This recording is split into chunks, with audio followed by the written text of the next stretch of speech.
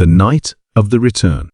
The rain poured relentlessly over the city, turning the streets into shimmering mirrors, reflecting the neon glow of the skyline.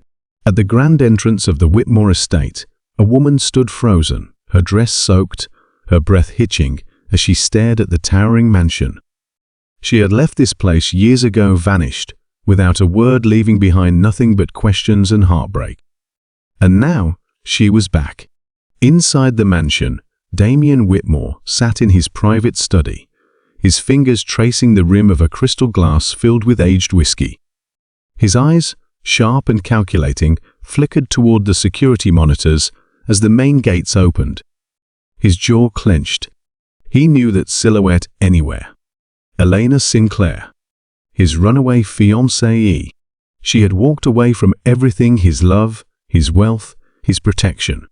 But if she thought she could return without consequences, she was mistaken. Damian was no longer the man who once begged for her to stay. But why was she here?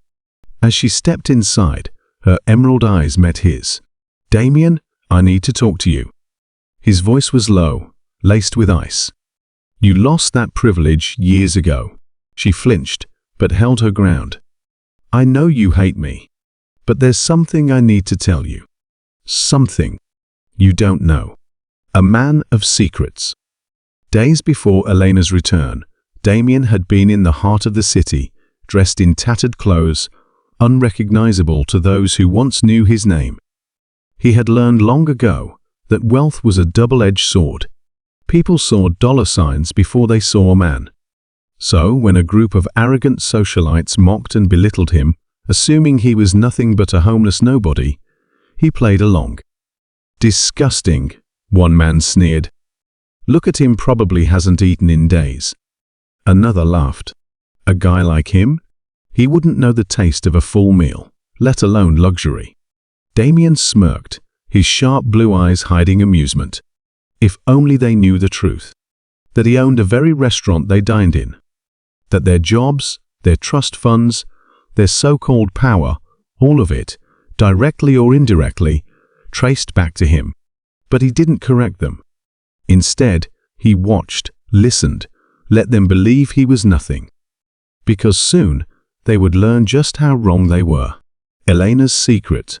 Back in the mansion, Elena's hands trembled as she placed a small, worn envelope on the table.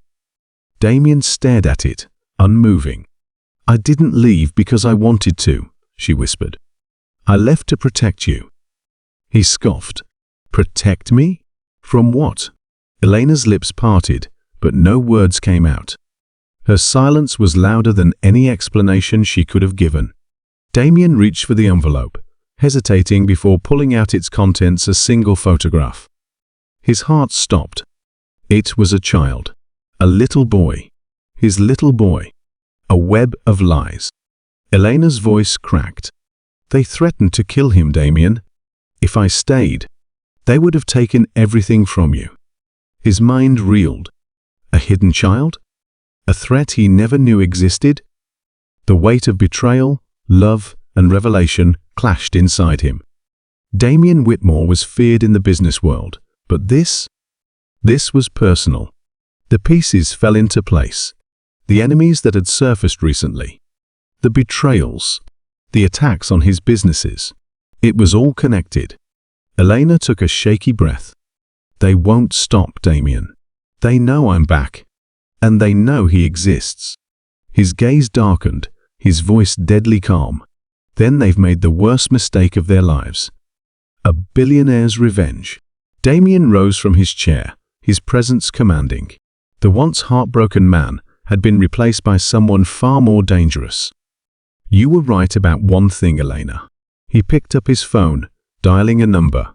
"It's time for a confession. But not just yours." She watched as his expression turned cold. "It's time the world learns who really holds the power." Outside, a fleet of black cars pulled into the mansion's driveway. Men in suits stepped out, carrying briefcases full of secrets, weapons, and payback.